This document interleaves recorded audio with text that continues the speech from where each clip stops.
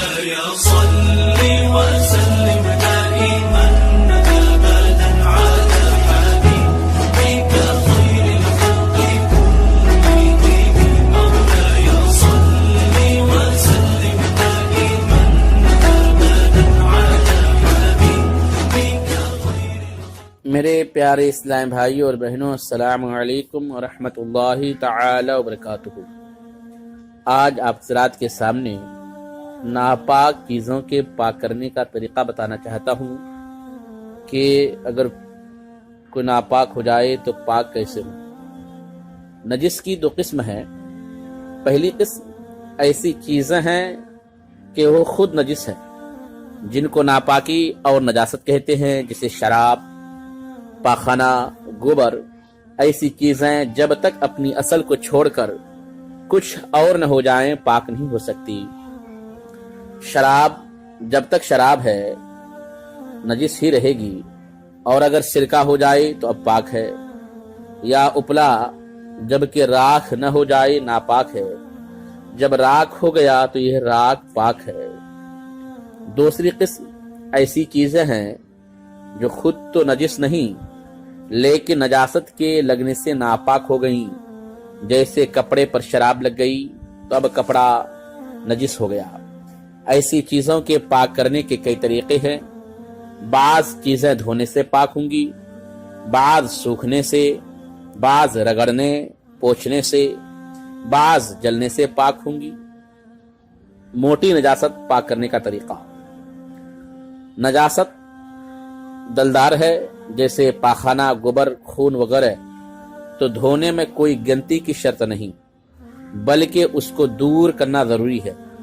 اگر ایک بار دھونے سے دور ہو جائے تو ایک ہی بار دھونے سے پاک ہو جائے گا، اور اگر 4-5 مرتبہ دھونے سے دور ہو تو 4-5 مرتبہ دھونا پڑے گا۔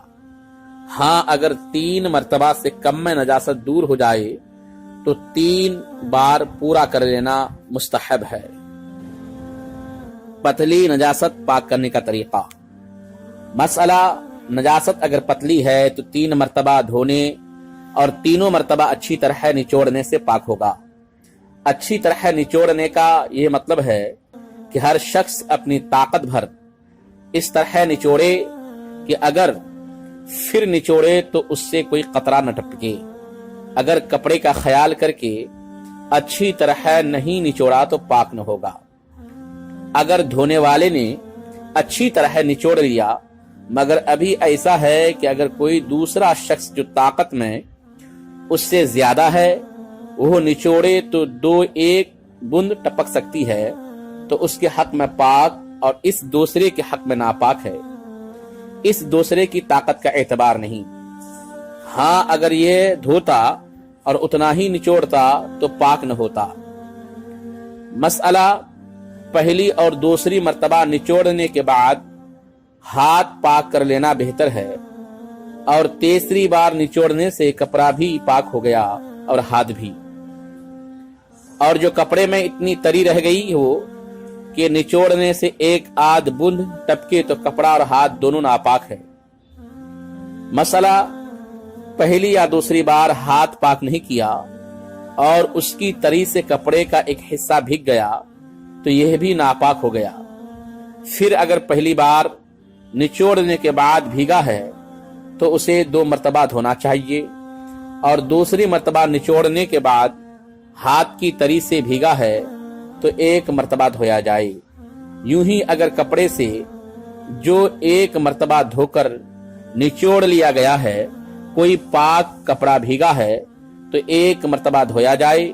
یوں ہی اگر کپڑے سے جو 1 مرتبہ دھو کر نچوڑ لیا گیا ہے کوئی پاک کپڑا بھیگا تو 1 بار دھونے سے پاک ہو جائے گا۔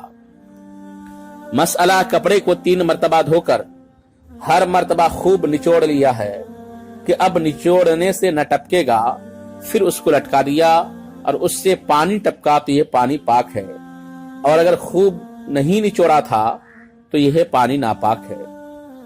مسئلہ دودھ پیتے لڑکے اور لڑکی کا ایک ہی حکم ہے، یعنی ان کا پیشاب کپڑے یا بدن پر لگا